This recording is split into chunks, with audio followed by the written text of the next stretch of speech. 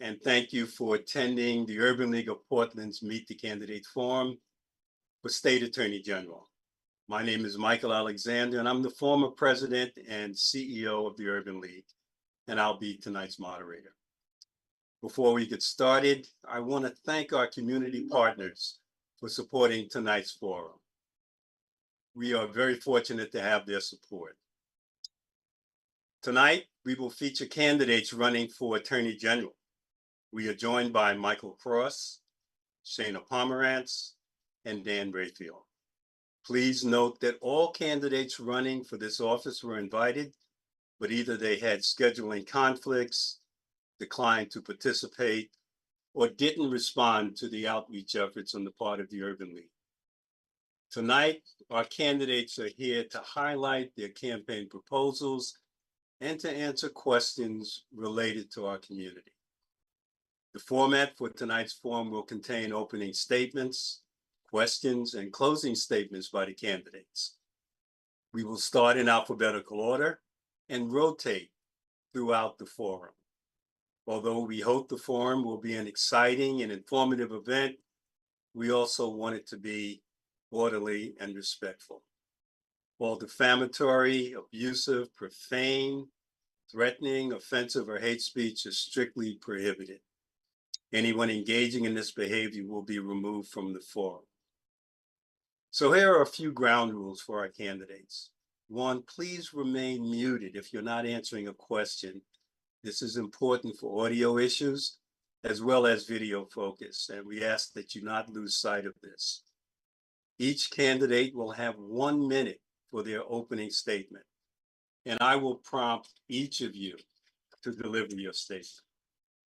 When questions are asked, each candidate will have 2 minutes to respond with no rebuttals. And if time permits, we will ask 4 questions.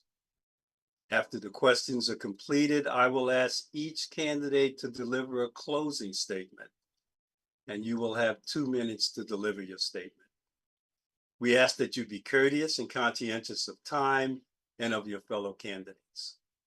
And finally, regarding time monitoring, throughout the forum when speaking, if you're within 30 seconds of your allotted time, our staff will send you a private notification. Should you go over time, we'll send a message in the chat section to let you and everyone on the call know that your time is up. And in the unlikely occurrence that for any reason you persist in going over time, you will be muted. And so with that, let us begin with opening statements. You will each have 1 minute to introduce yourselves, and we will start with Mr. Cross, followed by Ms. Pomerantz and Mr. Rayfield. Mr. Cross, your time starts now. Hi, thank you for inviting me on this forum. I really appreciate that. I feel honored to be here. And I'm a little bit disappointed that my opponent on the Republican ticket also has chosen not to be here. But that's kind of the difference between he and I, is because, you know, that's one thing that's currently lacking in this administration also, is that, you know, we're lacking an open door forum. And truly the Attorney General position, if people truly understand it, which I do, is that you are representing the people. I've never heard of a position, of elected position that they're serving another elected official.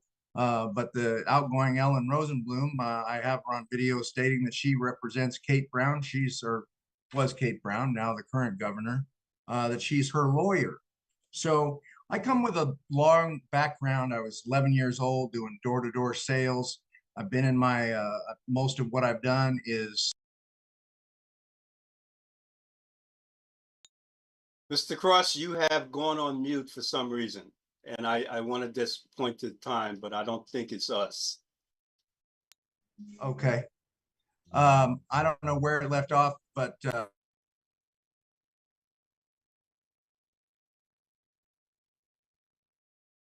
all right, we have lost you again. I'm not sure if this. It says the host muted me. Okay, so again, these are opening statements of 1 minute. There'll be a closing statement which will afford you additional time. Okay, did I go over my time? I'm not sure. I'm assuming that's what happened. Okay, all right. Thank All you. right. We're learning as we go along. Thank you, Mr. Cross. Ms. Pomerantz, the Hello, mic is yours. sir. Good evening. I'm Shana Maxey Pomerantz. I am a third generation Black Portlander and Oregonian. I'm Donna Maxey's daughter and Johnny and Charles Maxey's granddaughter.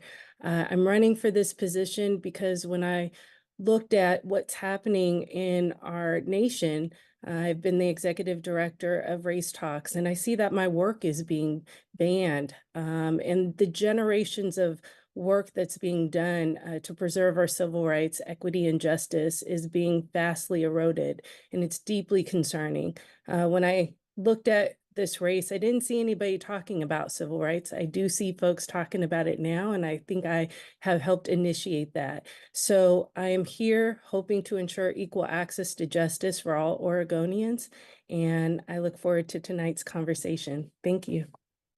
Thank you very much, Ms. Pomerantz. Mr. Rayfield, it's now your turn, and your time starts now. Thank you very much. My name is Dan Rayfield, and I'm currently running for Attorney General. Oregon faces a really unique set of challenges right now, from our housing and homelessness issues to the addiction crisis is impacting every single community in our state. I'm running for Attorney General because I believe with the right leadership, the Department of Justice can be an indispensable partner to help solve these issues, but at the same time seize on unprecedented opportunities to make sure that all Oregonians across the state have the same opportunities in life. I bring my experience as a civil litigator for 18, almost nearly 18 years in private practice, as well as I bring my experience as a legislator. And I want to build on the work that I've done in the legislature and in my civil practice to expand the work we do on behalf of vulnerable Oregonians, protect our environment, and protect our values from national attacks, and work collaboratively with criminal justice reform advocates and law enforcement to keep our community safe. Thank you. Thank you, Mr. Rayfield. All right, we are now going to transition into our questions. You'll have 2 minutes to respond to each question. I will call upon you in the order of your presentation. And Mr. Cross, we're going to start with you. And I think the staff indicated that the question would be placed in the chat box as well, but let me read the first question. How do you plan to navigate the implementation of House Bill 4002, which expands funding for substance abuse treatment and makes possession of small amounts of hard drugs a misdemeanor?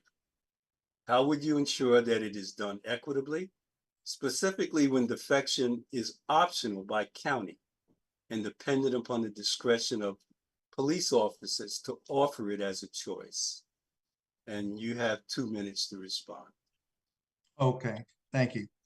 So, I don't understand whose idea it was to decriminalize these drugs. That seemed to me to be a, pardon the legalese, cockamamie idea. I have a unique experience that my wife, who's unfortunately deceased now, passed away. She was an addict, and so we have to be careful. If you really truly care about somebody or you love them, and we as potential legislators or working in the executive branch of government, we should not be enabling destructive or harmful behaviors. And I believe that decriminalizing these things is going down that road. So I'm not saying throw them in jail and throw away the key. I'm all about treatment and therapy and things like that, but we need to get to the core issue of what caused these things. And we need to get in there in these environments and to come up with good solutions. And I also have a solution to the homeless problem, and people can go to our website at michaelcross4oregon.com. That's with the number 4, michaelcross4oregon.com, and learn more about that. But we have to deal with these things, especially the fentanyl crisis and everything else. And I have some unique ideas and plans for that as well. I think will serve Oregonians well. Thank you. All right. Thank you, Mr. Cross. Mr. Rayfield, We ask that you answer the same question, and your time starts now. And you're on mute. There you go. Trying to follow the rules. So I think the first thing to note is I think all of us have a personal story about how addiction has impacted our families. I have my own personal story. I've seen up close and up the struggles with addiction. I went with my mother to years of AA. In that space. And I think what I can tell you is from the 1980s, if my family had been prosecuted under the criminal justice system of the 1980s, my life would look very differently. And I'm very committed to a plan where we focus on treatment first. I think when we talk about House Bill 4002, and the question actually really addresses this a little bit, the implementation is done at three different levels. The first level is not, and most of these levels do not involve the Attorney General's office, but there is a really important role for the Attorney General to play in this conversation. And I also think it's really important to preface this by saying that this conversation is not done now. This conversation is not going to be done 5 years from now. Addiction and as more, what I would say, drugs like fentanyl come onto the scene, we shift and change our strategies, again, with the focus on treatment first. Noting that the implementation is not done at the Attorney General level, what the Attorney General should be engaged in is the review of the data that is going to go to the legislature in terms of how are the deflection programs being implemented. We had counties sign agreements in the legislature that they are following national best practices. Now, does that mean that you're not going to have disproportionate impacts on communities of color? Absolutely not. You have to go back and monitor how it's being implemented, set standards. And in the Attorney General, you are not a policymaker, you are an executive, and you use your soapbox to then work to make sure that you are lending and lifting voices to make sure that you have the most equitable policies, because the ultimate goal is treatment first and expanding deflection to all 36 counties.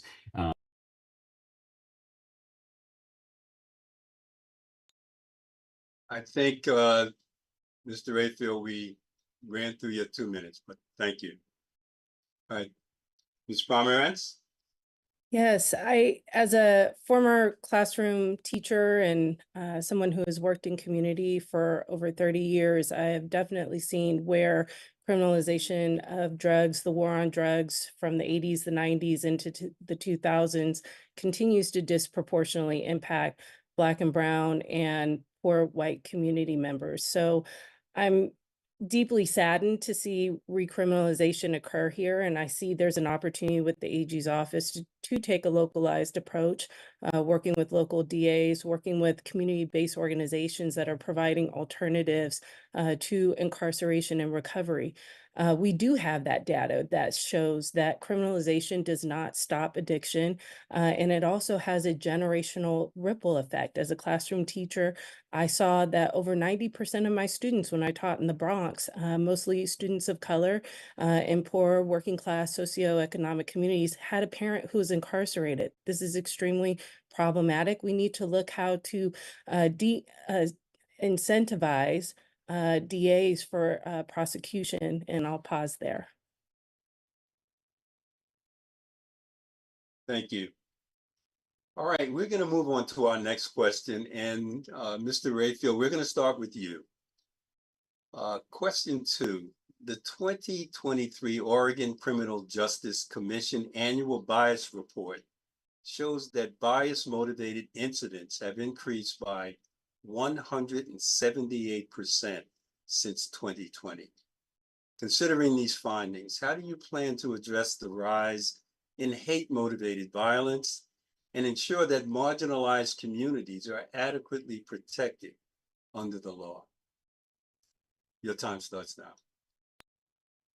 So I think the one thing that I look at in terms of the Attorney General's office and how do you respond to this, most local enforcement, the way it was traditionally thought of, was done at the county level through your county district attorneys. I think what we can see right now is there are a lot of county district attorneys' office that are struggling with workload issues where things are not necessarily being elevated to the level that they need to be.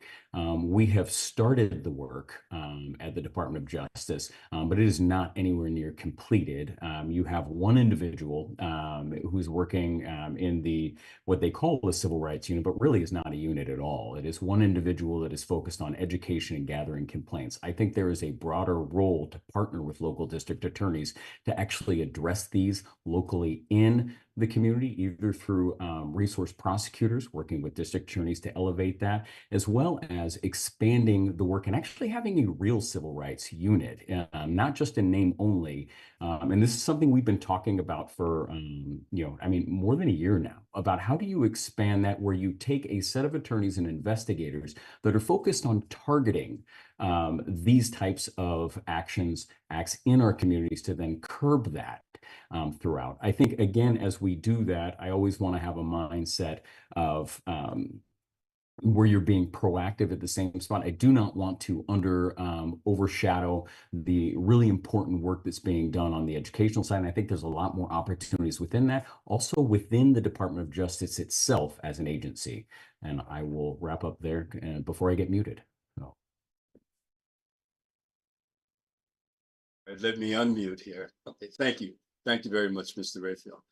Mr. Cross, it's your turn and your time starts now. Well, I think that we need to examine how and why this violence is occurring in the first place, and root it out at its core. And that starts at probably an early age in people's education. But I think we need to look closely at certain things that are going on that have changed since 2020. And the thing that we need to detract from and avoid is dancing around the issue, avoiding the issue, and talking around the issue and not attacking the root cause at its core. And so the thing that's changed is that Mike Schmidt has been elected as a DA in Multnomah County, and he's on various levels neglecting to prosecute crime. So bad people are going to do bad things if they're not going to have repercussions. So, we need to look at that real close for starters.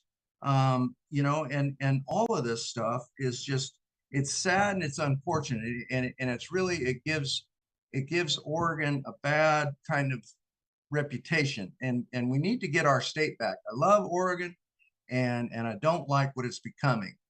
And I'll just close with that and we can move on to the next question. Right. Thank you, Mr. Cross. Ms. Pomerantz, I'd ask you to answer the same question and your time starts now. So as a Black woman living in Oregon, I recognize that Black folks make up 2% of the state. And feeling targeted here is something I experience every day when I walk outside, as many people of color do, immigrant friends, elderly folks that I know.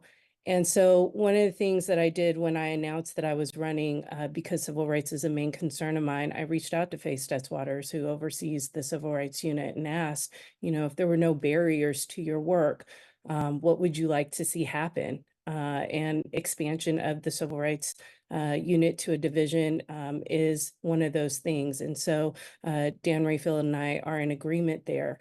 I think we also have to educate our prosecutors about what hate crimes are and what they aren't. A lot of times you have instances, and this is talking with public defenders, sometimes you have where somebody has used a racial epithet in the course of harming someone, and that can be construed as a hate bias crime. Now, maybe they're mentally ill, they yelled the N-word, and it's classified in that way. They are sentenced, they're sent off to prison, where they will absolutely be racialized in a hate bias crime way that maybe they never were. And so I think having that broader oversight through the AG's office, supporting our more local offices and prosecution to determine, is this actually a hate crime or did they yell a word? Neither is okay, but we don't want to be putting people on a path of where, if they were not racially biased and aggressive to begin with, we don't need to put them in spaces where they will become that, because ultimately we know that when people are sent to prison, they become racialized and not in the right ways. Thank you. Thank you. All right, we're going to move on to our next question. And Mr. Cross, we're going to start with you. Question 3. The right to be tried before a jury of peers is a longstanding benchmark of the American judicial system. However, race-based discrimination in jury selection persists today. What equitable measures would you put in place when selecting jurors? And Mr. Cross, you have 2 minutes. You know, I'm saddened that we cannot change history in Oregon. We can only make a better future tomorrow. And what I'm specifically referring to is Oregon and Louisiana were the last 2 states that were still utilizing non-unanimous jury verdicts, which of course stems from Jim Crow laws. And Oregon continued allowing non-unanimous jury verdicts until the federal court forced us to stop. And this was under Democratic leadership. So we had a Democrat, I believe, in the Attorney General's office. I think we most definitely had a Democrat governor. And, I call out people in the Republican Party too, because it doesn't matter. Nobody's perfect, and it doesn't matter who they are. They need to be called out when they made an error. And I don't understand why they would allow that. Now, what I would like to see, and it seems more of like a legislative issue, but I would say, more literally, a jury of your peers. So what does that mean? So that means that's what we're talking about here is somebody that is have jurors similar to the defendant in circumstances and environment. And unless you've been in those circumstances in that environment, you don't really understand it. So that really, to me, truly would be a jury of your peers. And so, again, that may be a legislative issue, and I would certainly endorse that, changing that to see that more accurately reflected. Thank you. Thank you, Mr. Cross. Mr. Rayfield, we're going to move on to you and ask that you answer the same question, and you have 2 minutes. Thank you. And first, what I want to do is focus on the purview of the Attorney General's office, which is a fraction of this issue, but then really look statewide for all the practice within Oregon. So I think when we think about the criminal justice system, the Attorney General's office is very minimally involved. A lot of the stuff works on the front line. Now, that is one section. So for instance, the Criminal Justice Division, a lot of those folks is less than 8% of the Department of Justice's budget. Most of the work is acting as the defense attorney for a lot of the civil claims. You're also the attorney for all Oregonians as you prosecute and move forward on bigger cases. Think like when you're going after Monsanto or the opioid issues. So when you think about jury selection within DOJ, you can have internal policies and practices as an agency within the government that does have an impact on outcomes in the way that we operate and the way we should operate in the world. I think the bigger opportunity moving forward to really address what I think is an important issue, and it's much bigger than this. Jury selection is a really important topic. What I would love to be a part of is partnering with the Oregon Justice Department, the Oregon Bar Association, bringing in other voices into the conversation to really systematically address the issues. There are protections in place, but you're still getting a frontline impact that is not consistent with the value that we have. And this is something where, again, you use the soapbox of the Attorney General's office to convene really what I would say are the central voices that have the ability to hopefully change the outcome that we're seeing on the ground. That's what I believe. If we really want to institutionally change this, we have to change the system and bring people together and the voices, to be honest, that are not at the table, or have not been at the table in the past. Okay. Thank you, Mr. Rayfield. Ms. Pomerantz, if I can ask you to answer the same question, you have 2 minutes, and we'll start now. Absolutely. So I think, the longstanding racial history of discriminating against people of color on juries, is part of our historical legacy here in this country, and we are working diligently to overcome that. There are some other state models that are perfecting this. There's no right way to do it. I think you can look at a jury and say, does this look very diverse? When we look at peremptory challenges, which is looking at when you can dismiss a juror, generally you don't need to have cause, but making a prosecutor or somebody, especially in criminal capital murder cases, be able to say what that cause is. That's a model that certain states are starting to employ. And so that's something we need to look at. I think also looking at the trial attorney specialty bar, looking at the Oregon Jury Project in terms how we get education out into the community. A lot of times, again, I work in communities of color, working class communities. Courts are open during the day when people work. It's difficult to get there. So we have to have some common sense approaches about how are we compensating people? How are we working with employment agencies? How are we changing the perception about civic engagement with juries in general, that it's not something you have to do, it's something you get to do, and it's part of our public service. And we should all really change the way we talk about this. And so looking at those various aspects, there's some models out here, and I would definitely be looking into them.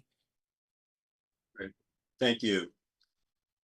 All right, we will now move on to our last question. And Mr. Rayfield, we're going to start with you. According to the American Bar Association's 2023 National Population Survey, Black lawyers were 4.8% of the profession in 2013. They were 5% in 2023. That's far less than the percentage of Black people in the US population, which is slated at 13.6%. What are your plans to recruit more Black, Indigenous, and other lawyers of color to the profession if elected Attorney General? I think as I look at this, it's not just in the profession of attorneys, right? We see this and have seen this in the legislature. We've seen this in so many other professions. I think the Attorney General is at a really unique, visible place to be a platform to convene a conversation about the folks where we can look at the structural barriers. So when I think about law schools, that's who I'm referencing. When I think about the Oregon Judicial Department, when I think about the Oregon State Bar, and all of the underrepresented voices bringing to the table to convene to talk about what are the barriers to the entry into the profession of being a lawyer. Now, I normally counsel people not to become a lawyer. That's generally my first advice. So, I mean, I may not be the right person to be at the table, but truly what you want to be able to do is systematically be able to come back to then reduce the barriers again, talking and convening to really address that, but using the soapbox of the Attorney General to be able to have that conversation and bring people together. I think the real areas where you're going to see this nexus is between law schools, moving between high school into grad school, what I would say college, and then into law school. I think right now we're challenging a lot of the models here in Oregon. I think the former dean at Willamette University was really looking at how to reduce those barriers to get people into practice. There are many that believe that the practice of law or going to law school is merely a tradition as you go forward to then take a bar. Did it really prepare you for the practice of bar? Do you need to look at apprenticeships where you're actually learning with hands-on experience? What I can tell you after 18 years of practicing law in Oregon, most of the experience that made me a good fit for my clients happened on the job.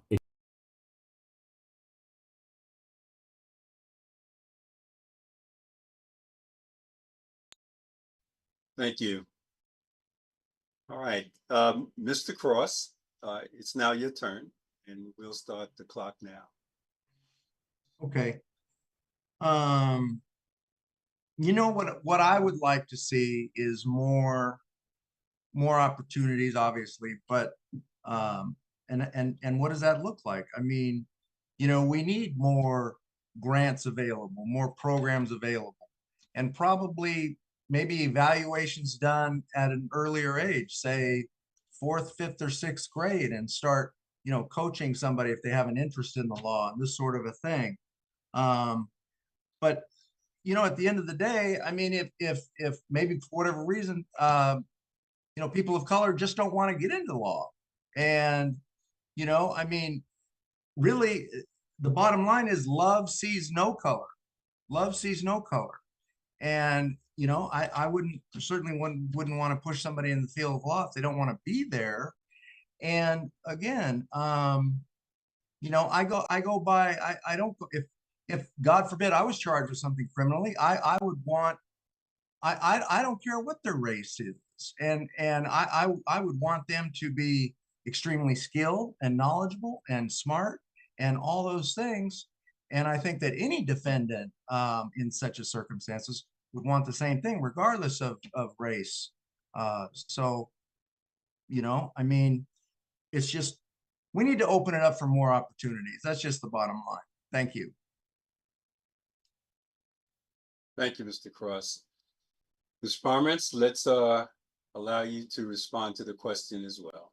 Thank you. Well, I just want to point out over my shoulder is my Juris Doctorate from Southern University Law Center, HBCU in Louisiana, and I am one of the proud 5% of Black lawyers. It was difficult getting to law school, and I know that many of the barriers, the LSATs, the bar exam, were instituted once Black people started entering the profession of law. So we know that is documented. So how do we go about removing these barriers? We have to create pipeline programs. I was extremely fortunate when I was in law school to be part of the Texas Legislative Internship Program, which actually gives a full job to law students as well as undergrad and graduate students of color to be able to attend these programs. I think creating a similar type of model, not just within our state, but recognizing that creating opportunities to invite, working with HBCUs to invite students to come in and work with us, invite them into Oregon. I sit on the Oregon chapter of the National Bar Association, which is the Black Affinity Bar, working to incorporate Black lawyers who are here and practicing into the community, getting them comfortable. We have to be more proactive about doing those kinds of things, creating inclusivity for people when they come here, and as well as inviting them here if they're unaware that there are opportunities. So I have resources and connections available due to my own experience, and will gladly and excitedly employ those resources when elected. Thank you, Ms. Pomerantz.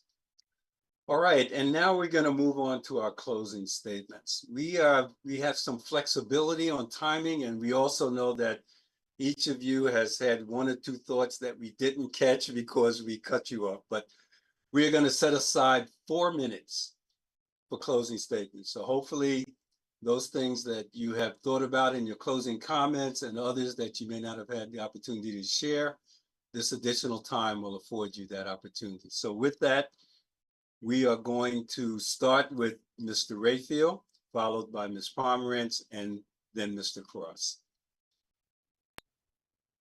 You. And Mr. Alexander, I would say it's always dangerous to give politicians and lawyers more time to speak. You'll be here all night. So I appreciate how firm you all are keeping with the time limits today.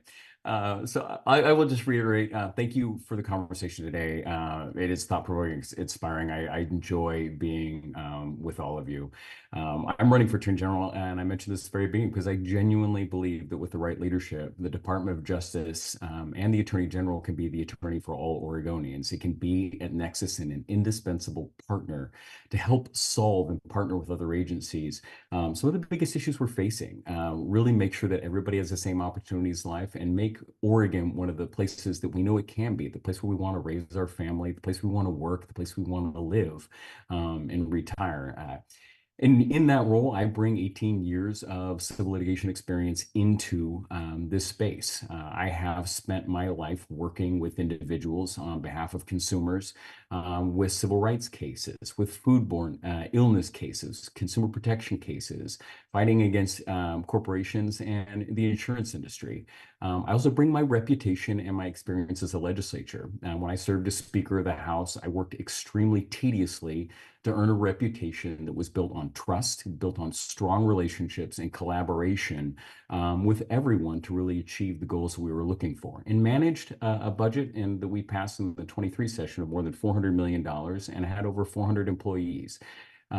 During my tenure as speaker, we passed some of the largest housing reforms. We had some of the most significant economic development packages that touch all four corners of the state and underrepresented communities in the legislature. We passed the first ever climate budget that this state has ever seen and continued that momentum in further sessions. And even among this, one of my big passions is reforms, structural reforms to our government, so that we improve our democracy moving forward for future generations. As Oregon's next Attorney General, I want to build on all of that work. I really want to expand the work to help vulnerable Oregonians, consumers, seniors in the consumer protection space. I want to protect our environment from polluters and expand that work at the Department of Justice. I believe the Attorney General has to work and protect the values of all Oregonians. That means things like reproductive health when they're being attacked nationally. That means some of our environmental laws that right now are being attacked in other states. I have the experience to be able to do that, and I'm excited to work on behalf of Oregonians to do that. And then right now, at this time in our community, and I've mentioned this earlier, I believe the Attorney General is at a perfect spot to convene criminal justice reform advocates, behavioral health advocates, substance abuse advocates, as well as law enforcement to really work and tackle the substance abuse crisis that's in our communities, as well as work for efficiencies within the Department of Justice. And I mentioned housing and homelessness, and there are ways that we can help get money out the door faster. Thank you very much for your time this evening. Thank you. Ms. Pomerantz? Thank you so much. It's an honor to be here. I'm Shana Maxey Pomerantz, and I'm running to be Oregon's next Attorney General. Being here with the Urban League tonight is especially exciting because for 3 generations, my family has been involved with Urban League in Portland, Oregon. And so I feel deeply honored to be here. When I think about the role of the Attorney General, I look at where are there opportunities to expand on the work that's already been done. Attorney General Ellen Rosenblum has been in this position for the last 12 years and has left very big shoes to fill. I see opportunities for making some tweaks and improvements. So as I discussed earlier, looking to expand the work of the Civil Rights Unit. One thing I had not shared was that I had worked for the Bureau of Labor and Industry as a civil rights investigator and was involved in a lawsuit where I was sitting right across the table in an adversarial way with the DOJ. And I couldn't help but think from that experience, could there have been something else, an opportunity for the DOJ to get involved prior to it escalating to that point? And I think the answer is yes. Unfortunately, the AG's office can't come in to offer support to our state agencies unless asked. And there's some barriers to the ask. Billable hours might be one of them. And so looking at ways that we can figure out how can we offer legal advice and support and to these agencies before it rises to the level of litigation or costly settlements. In my case, I ended up leaving. The director of the agency, we were both Black women, left. It cost $3 million in a trial verdict and settlement. I think there are some alternatives to be looked at. I also want to bring a community-based approach. I come into this work through not the typical legislative, prosecutorial, judge route, but more of a community-based educator and advocate route. And I'm still a lawyer, but I'm here to bring community into the AG's office. Just by the fact that I've stepped out into this race, a lot of people have been asking, what is it that the AG's office does? And I think there's a way we can look at making it more consumer friendly. I think democracy means that we have many people who come and run for the positions, and we put our ideas out there and we allow people to vote for us. So making sure that people understand that that's what they can do. My priorities include safeguarding equal rights and justice, balancing the role of the AG as an enforcer, advisor, and advocate. We talk about that we're here for the people, but you can't just use enforcement as a way and a tool to represent the people, especially if you're sitting across from the people in an adversarial way. I also want to look at how we can take a localized approach in working with law enforcement and community advocates. We talk about the fentanyl crisis. We talk about incarceration and recriminalization, but we don't talk about the impact generationally to our community. And we have some obligations to Oregonians to look at that and be considerate that any short-term changes that we make have long-term impact. And finally, I want to say thank you so much for this opportunity, and I hope you're registered to vote, and I hope you are engaged in this process. Thank you so much. Thank you, Ms. Pomerantz. Mr. Cross, we invite you to provide your closing comments. All right, thank you. So there would be quite a different office with me at the helm. As I said earlier, the AG works for we the people. That's Oregonians, represents Oregonians.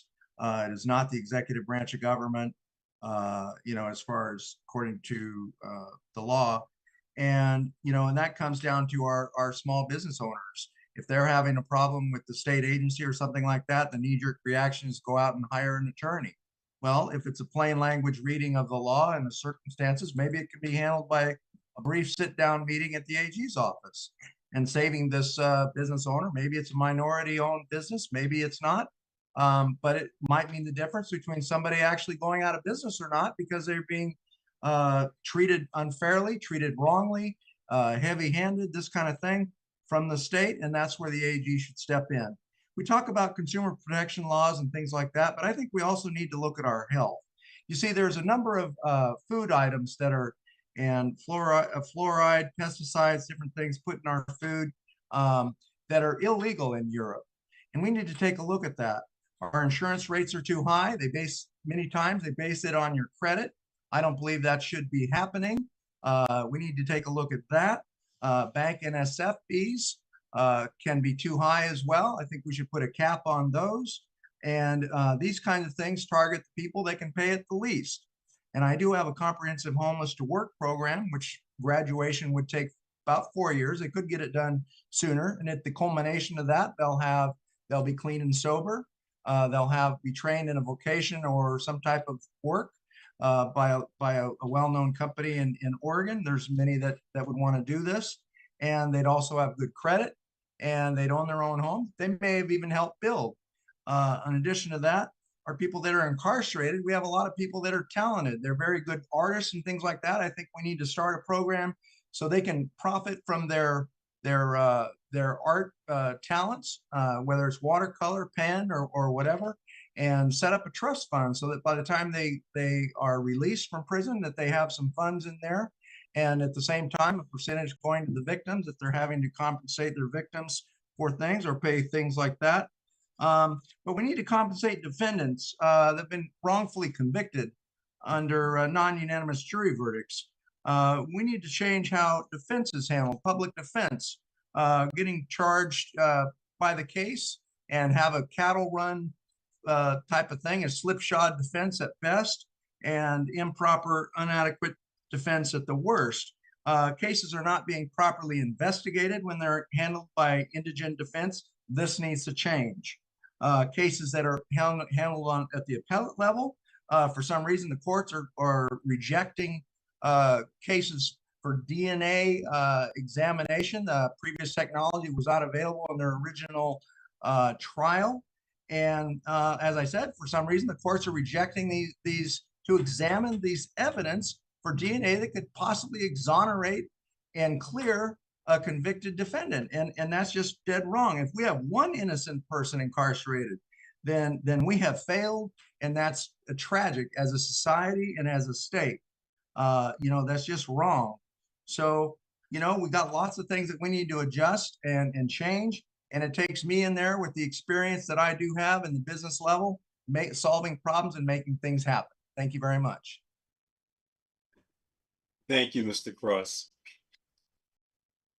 Well, as tonight's forum comes to an end, I want to take a moment and thank our partners at LNS Captioning and Open Signal who are airing tonight's forum. And we are equally indebted to our candidates for participating tonight and for allowing us to hear their thoughts on the path of leadership that they seek to embrace. And we want to also thank our community partners and our members who have taken the time to hear and to listen to the thoughts that are being brought forward by our candidates. Tonight's event is part of the Urban League series on virtual candidate forums for this year's primary election. If you'd like to know more about the slate of events, please visit ulpdx.org-2024 primary candidate forums to learn more about the series of events that the Urban League will be hosting. I want to highlight the importance of voting, and I think it's been alluded to several times this evening by our candidates. Democracy only works when people vote. And so if you're not registered, please do. Primary election day is May 21st, and the deadline to register for the primary is April 30th. If you need assistance registering, staff at the Urban League are ready to assist you. Reach out to their website, through social media, or call the office at 503-280-2600 for assistance.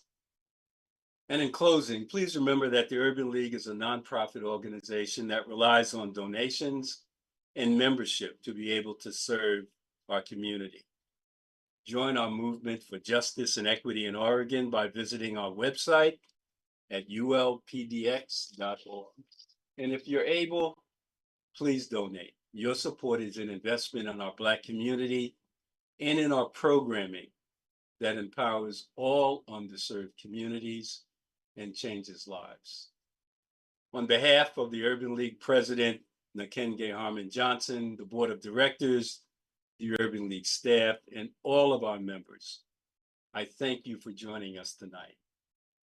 I'm Michael Alexander, former President and CEO of the Urban League of Portland, and I bid you a good evening.